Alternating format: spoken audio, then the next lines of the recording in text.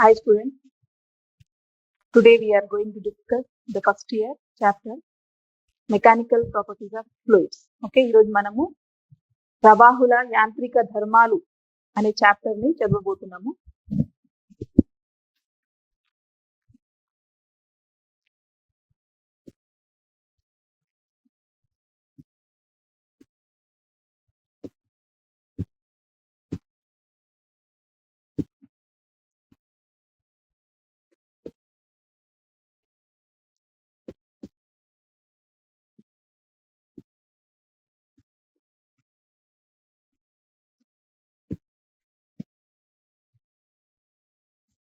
Okay. As we know, matter is of three states, that is solid, liquid and gas. Okay. ఒక పదార్థం మూడు స్థితులను కలిగి ఉంటుంది. సాలిడ్ అంటే ఘన స్థితి, మూడు స్థితులను కలిగి ఉంటుంది. ఘన స్థితి, లిక్విడ్ ద్రవ స్థితి, గ్యాస్. గ్యాసెస్ స్టేట్మెంట్ వాయు స్థితి. ఆల్రెడీ మీరు ప్రీవియస్ చాప్టర్ లో మెకానికల్ ప్రాపర్టీస్ ఆఫ్ సాలిడ్ చూసారు. అంటే ఏం చేసాం మనము, ఒక ఘన పదార్థం మీద బాహ్య బలాన్ని అనువర్తిస్తే దాంట్లో వచ్చే మార్పులను తెలుసుకున్నాము. when we applied the force on a solid body, the changes occur in the solid body we discussed in the previous chapter. Here the remaining are what? Liquid and gas. But here the word is fluid. Means what is fluid actually? ప్రవాహి అంటే ఏమిటి? ప్రవాహి అంటే ప్రవహించేది. Fluid means which flow. Fluid means which flow.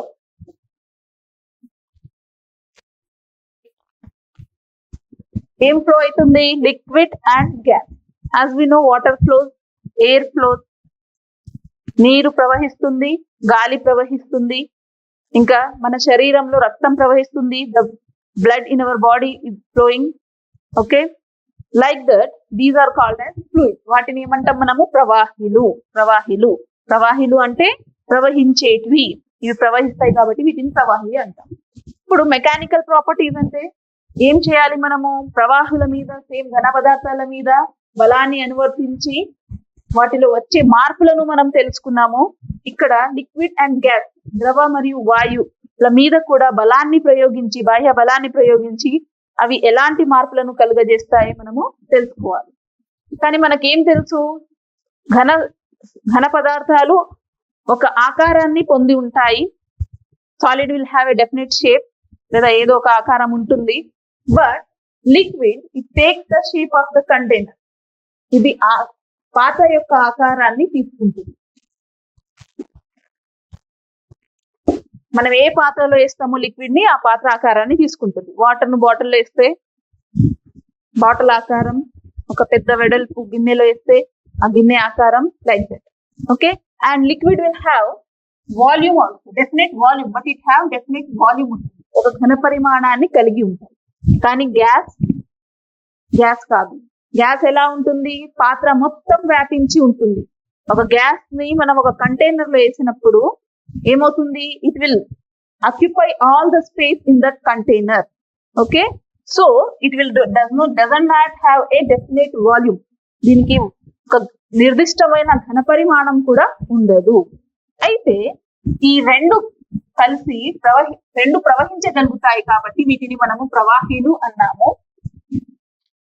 Okay, first ప్రవాహిలకు ఉండే సహజ ధర్మం ఏమిటి అంటే పీడనం. ప్రవాహి పీడనం, ప్రెషర్.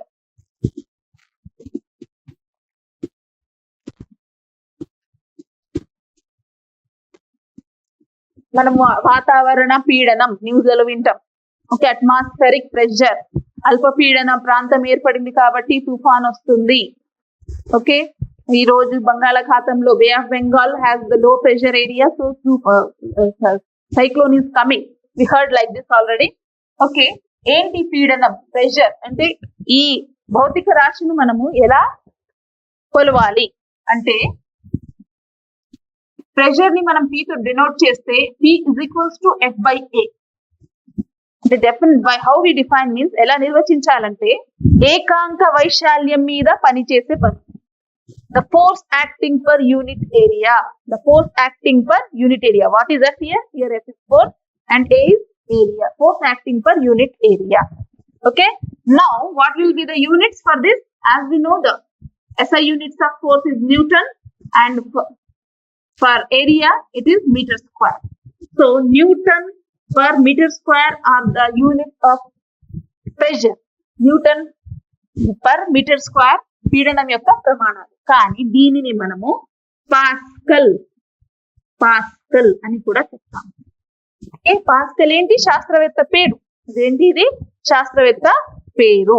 ఓకే. కానీ జనరల్ గా ఇప్పుడు బ్లడ్ ప్రెషర్, రక్త పీడనం ఎలా కొలుస్తారు? నార్మల్ రక్త పీడనం ఎంత మీ అందరికి తెలుసు, 120/80. పక్కన ఏమొస్తుంది? Millimetre of HG. ఏ పరికరాన్ని వాడుతున్నాము రక్త పీడనం కొలవడానికి? స్పిగ్నోమానోమీటర్. ఓకే. అయితే ఇంకా ఇతర ప్రమాణాలు కూడా ఉన్నాయి. SI ప్రమాణాలు ఏంటి? పాస్కల్. ఓకే. నెక్స్ట్ ప్రవాహంలోకి ఉండే మరొకటి ఏంటి అంటే సాంద్రత, density.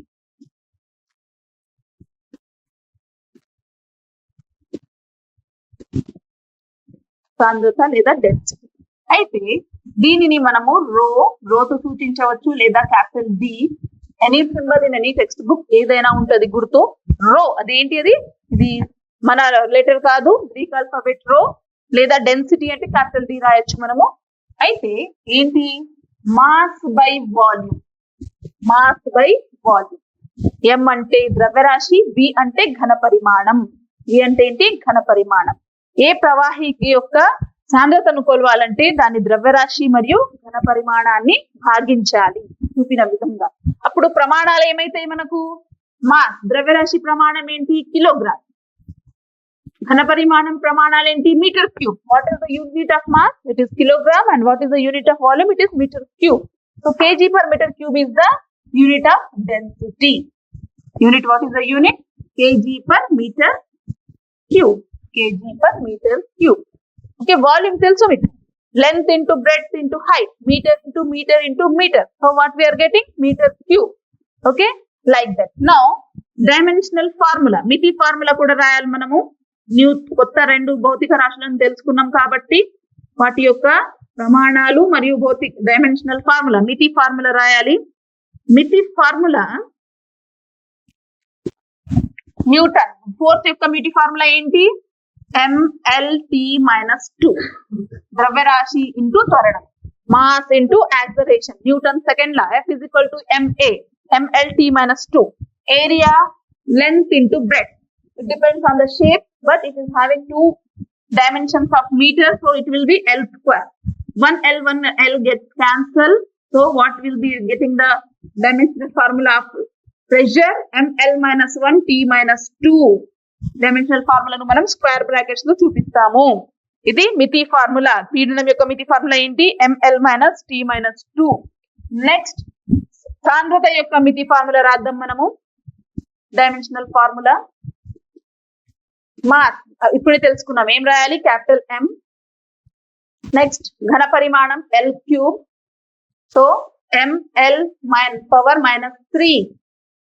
Here the dimension of mass is 1, dimension of length is -3. మితి ఏంటి? ద్రవ్యరాశి మితి 1, పొడవు మితి -3. ఈ ఘాతాన్ని మనం ఏమంటాం? మితి. Dimension, the power we called it as dimension. Okay, these are the dimensional formulae and units of pressure and density. Okay, next ఇంతకు ముందు చెప్పినట్లు రక్త పీడనాన్ని కొలవడానికి స్పిగ్నోమానోమీటర్ వాడుతున్నాము. వాతావరణ పీడనాన్ని కొలవడానికి ఉపయోగించే పరికరం ఏంటి? మీరు ఆల్రెడీ చిన్న క్లాసెస్ లో తెలుసుకొని ఉంటారు. వాతావరణ పీడనాన్ని కొలవడానికి ఉపయోగించే పరికరం బారోమీటర్.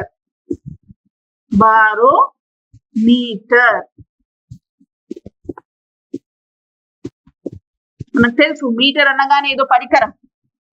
Thermometer, barometer.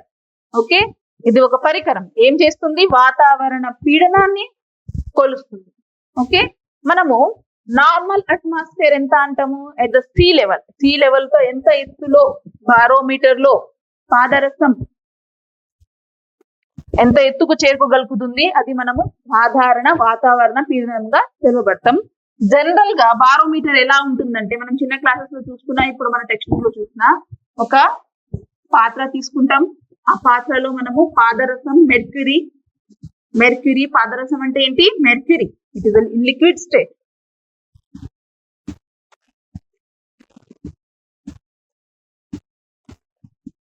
ఓకే, నింపుతాము. దీని మీద ఒక పొడవైన గాజు గొట్టం, దీంట్లో కూడా మనము పాదరసాన్ని నింపి పెడతాము. అయితే మూసిన చివర పైన ఉన్నది, తెరిచిన చివర కింద ఉన్నది. ఇప్పుడు మెర్క్యూరీని కొంచెం జిగ్జాగ్ ఇట్లా, వాటర్ అంటే మనం చుక్కలు చుక్కలు చూపిస్తాం, కానీ మెర్క్యూరీ ఇలా చూపిస్తున్నా నేను.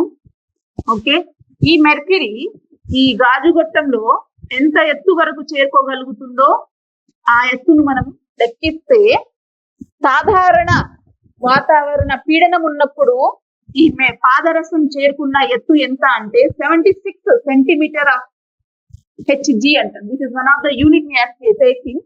ఓకే, మిల్లీమీటర్స్ లో రాయాలంటే మనకు తెలుసు 1 సెంటీమీటర్ లో ఎన్ని మిల్లీమీటర్స్ ఉంటాయి? 10 మిల్లీమీటర్. కాబట్టి దీన్ని మనం ఎలా రాసుకోవచ్చు? 760 మిల్లీమీటర్స్ ఆఫ్ HG. ఇంతకు ముందు చెప్పాను నేను, రక్త పీడనం కొలవడానికి మిల్లీమీటర్ ఆఫ్ HG వాడినమని. Okay, like that here. మరి దీన్ని ఎత్తు నుండి మనం పీడనాన్ని ఎలా లెక్కిస్తాం అనేది నెక్స్ట్ చెప్తాను నేను. ఇప్పుడు బారోమీటర్ లో ఏం తెలుసుకుంటున్నాం మనము? బారోమీటర్ లో ఈ పరికరాన్ని తీసుకొని ఎంత ఎత్తు వరకు పాదరసం ఈ గొట్టంలో ఎంత ఎత్తుకు చేరుకున్నదో ఆ ఎత్తును తెలుసుకుంటే మనం సాధారణ వాతావరణ పీడనాన్ని లెక్కించబడుతున్నాము. Okay, what we are doing here, we are taking a mercury in a container and open narrow tube is there, and how much the mercury rises here, that height we are calculating. At normal atmospheric pressure, how much will be the height? H is equals to 76 centimeter of Hg. That is, Hg is nothing but mercury.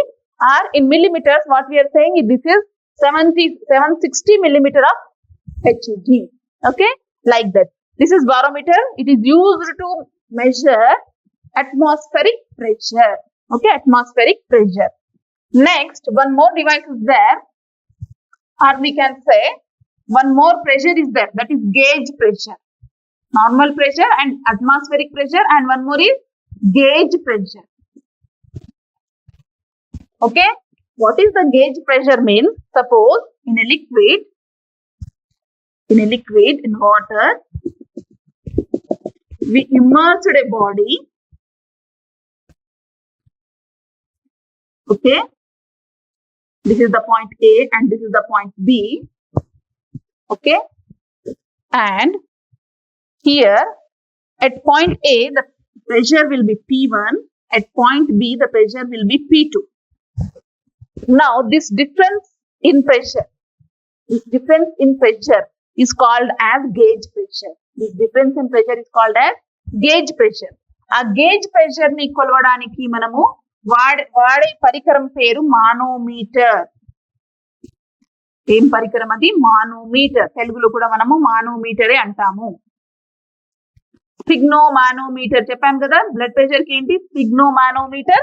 ఇక్కడ open tube, it is different. It is for you measuring the pressure outside. So blood pressure, that is blood అనేది మన బాడీలో ప్రవహిస్తుంది కాబట్టి అక్కడ sphygmomanometer. But here which device we are using to measure the gauge pressure? Manometer.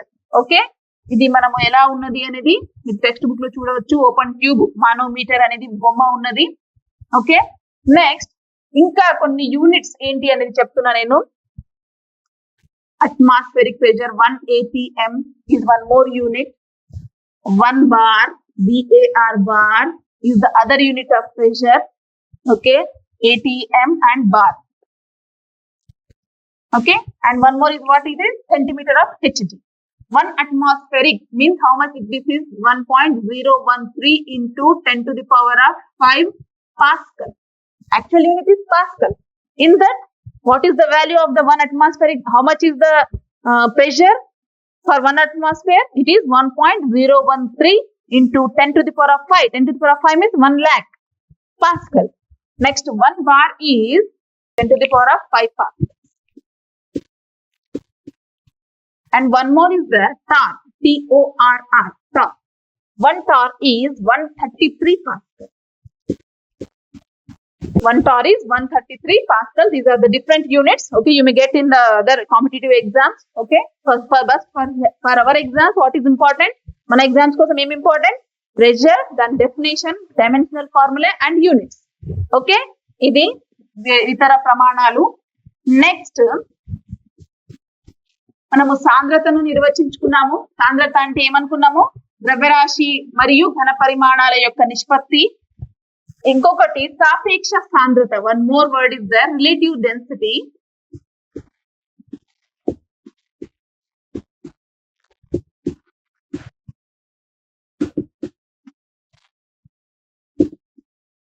Relative, సాపేక్ష మనకు తెలుసు. Relative లేదా సాపేక్ష అంటే కంపేర్ చేస్తున్నాం, పోల్చుతున్నాం. ఓకే, ఇక్కడ ఒక వస్తువు యొక్క సాంద్రత మరియు ఆ వస్తువు సాంద్రత గాలిలో మరియు ఆ వస్తువును నీటిలో పెట్టినప్పుడు కొలిచిన సాంద్రత, ఈ రెండింటి మధ్య నిష్పత్తిని మనం ఏమంటున్నాము? సాపేక్ష సాంద్రత. ఏంటి సాపేక్ష సాంద్రత అంటే? వస్తువు సాంద్రత మరియు వస్తువు సాంద్రత ఇంకొకసారి ఎప్పుడు కొలవాలి? నీటిలో పెట్టినప్పుడు. నీటిలో పెట్టినప్పుడు వచ్చిన సాంద్రతను వస్తువు సాంద్రతతో భాగిస్తే మనకు వచ్చే సాంద్రతను ఏమంటున్నాము? రిలేటివ్ డెన్సిటీ, సాపేక్ష సాంద్రత. ఓకే, ఇది సాపేక్ష సాంద్రత కాబట్టి దీనికి ప్రమాణాలు ఉండవు. రెండు సాంద్రతలు డివైడ్ అవుతున్నాయి, భాగించబడుతున్నాయి. So no dimensional formulae and no unit. Okay, next ఇప్పుడు మనము ఒక నియమం తెలుసుకోబోతున్నాము. అది పాస్కల్స్ లా.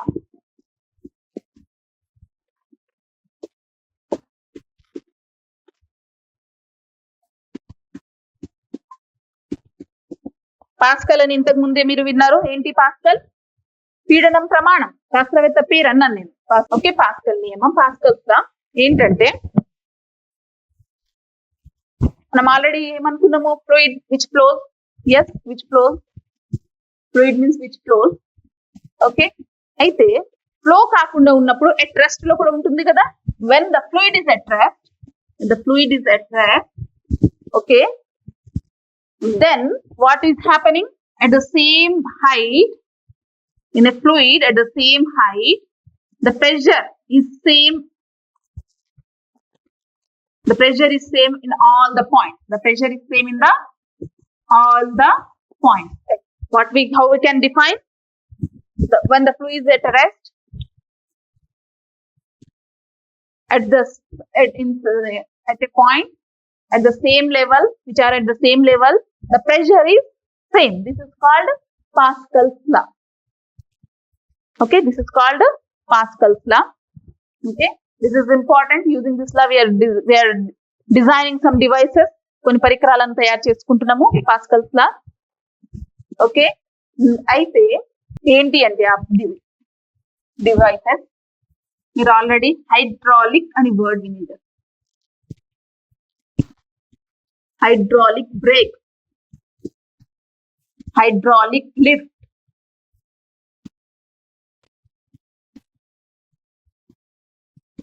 hydraulic machines అంటారు. ఇప్పుడు వెహికల్స్ లో కొత్త కార్స్ ఏమొస్తున్నాయి? Hydraulic brake, hydraulic lift. ఎక్కడ? Car service centre. Car service centre లో కార్ ని సర్వీస్ చేయాలి. బైక్ అంటే ఈజీగా మనం పైప్ తో కొట్టొచ్చు. దాన్ని అంటే ఇట్లా లేపడం కూడా ఎంత కష్టం అని కాదు, కానీ కొంచెం కష్టమే. కానీ కార్ కింది పార్ట్ ఏమైనా సర్వీస్ చేయాలి. మీద స్క్రూ లేజ్ అయింది, దాన్ని లేపాలి. ఎట్లా? అంత ఫోర్స్ ని మనం అప్లై చేయలేం కదా. కాబట్టి ఏం చేస్తున్నాం అంటే దానికి వేవ్ ప్రిన్సిపల్ వాడుతున్నాము. పాస్కల్ నియమం వాడి ఏం తయారు చేస్తున్నాము? Hydraulic lift. ఎలా ఉంటుందంటే అక్కడ హైడ్రాలిక్ లిఫ్ట్, ఇక్కడ మనము ఒక ద్రవాన్ని తీసుకొని ఇలా ఈ షేప్ ఆఫ్ దాని మీద ఇక్కడ ఒక బేస్, ఈ బేస్ మీద ఇక్కడ కార్ ఉంటుంది. ఓకే, ఇక్కడ ఒక పిస్టన్. పిస్టన్ అంటే మీకు తెలుసు, సైకిల్ దగ్గర ఉంటుంది కదా. ఇక్కడ మొత్తం ద్రవం, ఇదంతా ద్రవం. ఇప్పుడు పాస్కల్ లా ఉపయోగించి మనము when we are inserting some pressure the pressure distributes equally all through the liquid. ఏమవుతుంది త్రూ లిక్విడ్ లో మొత్తం ప్రెషర్ ఏమవుతుంది ఈక్వల్లీ డిస్ట్రిబ్యూట్ అవుతుంది. కాబట్టి ఇక్కడ మనము అప్లై చేసిన ఫోర్స్ ఇక్కడ వెళ్ళి ఏం చేస్తుంది, కార్ ని పైకి లిఫ్ట్ చేస్తుంది. Okay, like that this is the Pascal law. ఇప్పుడు ఇది కాకుండా సింపుల్ గా డైలీ మనం టూత్ పేస్ట్ వాడతాం కదా, మార్నింగ్ పొద్దునగానే ఏం చేస్తున్నాం మనము, కింద ప్రెస్ చేస్తే పేస్ట్ ఎక్కడ వస్తుంది, పైకి. ఓకే, అది ఏమవుతుంది, మనము అక్కడ అప్లై చేసిన force it is distributed equally and paste comes out from the front side. Okay, like that hydraulic brakes and hydraulic lift are devised using the Pascal's law.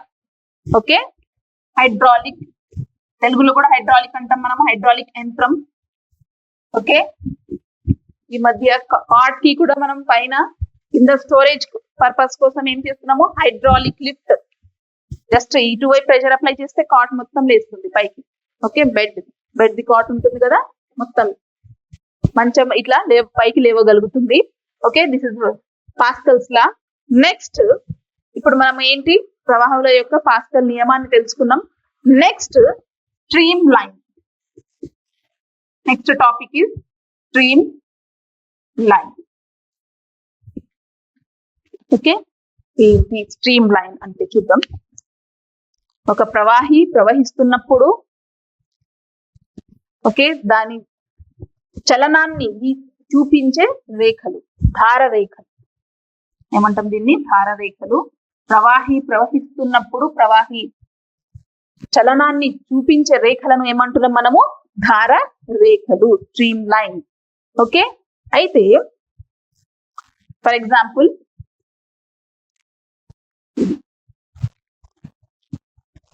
Water, లేదా ఒక ట్యూబ్ ఉంది అనుకుందాం, ఒక పైప్ లో water flow అవుతుంది, pipe ఈ size లో ఉంది. అప్పుడు ఇది ఒక లేయర్, ఇది ఒక రేఖ, ఇది ఒక రేఖ, కింద ఇది ఒక రేఖ. ఆరో మార్క్ అనేది మనకు తెలుసు, డైరెక్షన్ ని చూపిస్తుంది. ఓకే, ఇక్కడ మనం ఏమనుకుందాం, ఈ పైప్ ఇక్కడ వస్తున్న పీడనం, దీని వేగం v1 అనుకుందాం, వైశాల్యం a1 అనుకుందాం. బయటికి వస్తున్నప్పుడు a2 అనుకుందాం, v2 అనుకుందాం. ఒకే ప్రవాహి ప్రవహిస్తుంది కాబట్టి దాని సాంద్రత ఏముంటుంది, రో. సాంద్రతను మనం ఇక్కడ ఏం చూపిస్తున్నాము, రో. అయితే చివర నుండి ఆ చివరకు పోయేంత వరకు ప్రవాహి యొక్క ప్రవాహి రేటు ఏమవుతుంది, రో v1 a1 delta t in time delta t. తక్కువ కాలంలో అక్కడ రో v2 a2 డెల్టా t. రో డెల్టా t క్యాన్సల్ అయితే ఏమొస్తుంది మనకు, v1 a1 is equals to v2 a2. దీన్ని మనం ఎలా రాసుకోవచ్చు, a into v is equals to constant. ఎలా రాసుకోవచ్చు, a into v is equals to constant. దీన్ని, ఈ సమీకరణాన్ని ఈక్వేషన్ ఆఫ్ కంటిన్యూటీ అంటాం.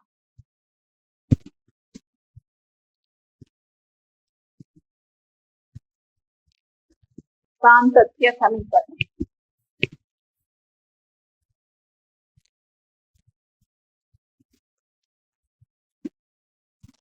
సాంతత్య సమీకరణం. ఓకే,